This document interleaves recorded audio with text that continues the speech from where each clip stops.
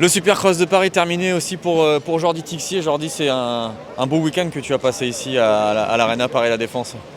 Ouais, un week-end positif avec une bonne vitesse. Je pense que la vitesse était encore meilleure que l'année dernière. Donc voilà, un week-end cool. On s'est fait vraiment plaisir. Il y a eu 2-3 erreurs, donc 2-3 regrets. Mais Ouais, 2-3 regrets, mais pas de chute, pas de blessure, rien de... Voilà. ouais, c'est sûr que c'est l'essentiel, déjà repartir entier.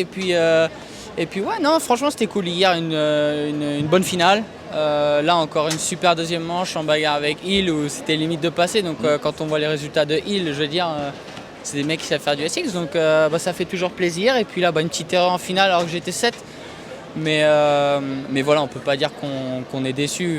Voilà, on a tous fait du bon boulot ce week-end. On a montré qu'on avait une bonne vitesse en Supercross. Moi, je me suis vraiment régalé. Donc on va dire que tous les objectifs sont atteints et impatient déjà d'être à Genève pour ma deuxième course en SX de l'année, quoi. Énormément de plaisir aussi dans ce stade où tu évolues quasiment à domicile. Habites à une cinquantaine de kilomètres d'ici. J'imagine que voilà, il y a toute la famille, tous les fans, tous les partenaires sont là. C'est aussi bien de briller sur son home stadium.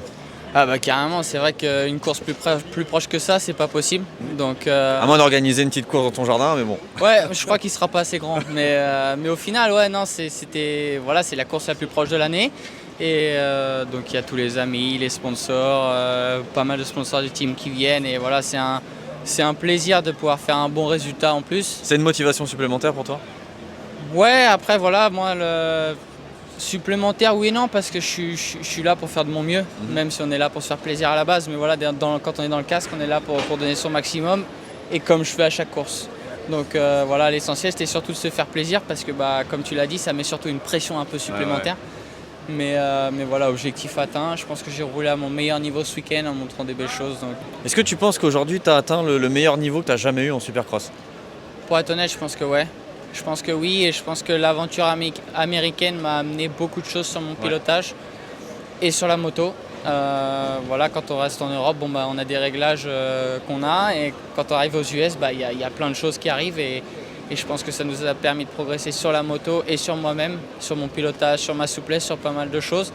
Et je pense que ça s'est ressenti ce week-end avec un pilotage, voilà, on va dire serein, sans erreur, et voilà. Ton père était d'ailleurs content que tu prennes pas trop de risques. Ouais, on s'inquiétait un petit peu, mais c'est normal. Imaginez son fils qui roule en Supercross parmi tous ces gens. Ouais. On se rend pas forcément compte que finalement c'est quand même un truc de fou d'aller faire la course sur un circuit comme ça, mieux de 30 000 personnes dans un stade. C'est un truc de dingue. C'est sûr, quand on remonte quelques années en arrière, avec mes yeux de gamin, quand j'allais voir au POPB les Chadrid, tout ça, je me disais oh, putain, c'est un truc de ouf de rouler devant un stade comme ça. Et à l'heure actuelle, j'y suis et je me bats pas très loin du top 5 dans quelques manches, donc c'est quelque chose d'extraordinaire. Donc pour un père, c'est une fierté. Et puis, mais de l'autre côté, il y a aussi le stress, et surtout avec la dernière chute à Vegas, c'était quand même quelque chose de ouf. Donc ouais, je pense que maintenant tout le monde est un peu stressé. Je vois aussi ma copine, elle n'arrive même pas à regarder les courses. C'est un truc de ouf, donc je me mets à leur place, même si je leur dis la peur n'évite pas le danger. Mais je pense que quand mon frère faisait de la moto, c'était pareil, j'étais toujours stressé. Mais voilà, je pense qu'on s'est tous fait plaisir ce week-end, on repart entier avec des résultats plus que corrects, donc 100% content.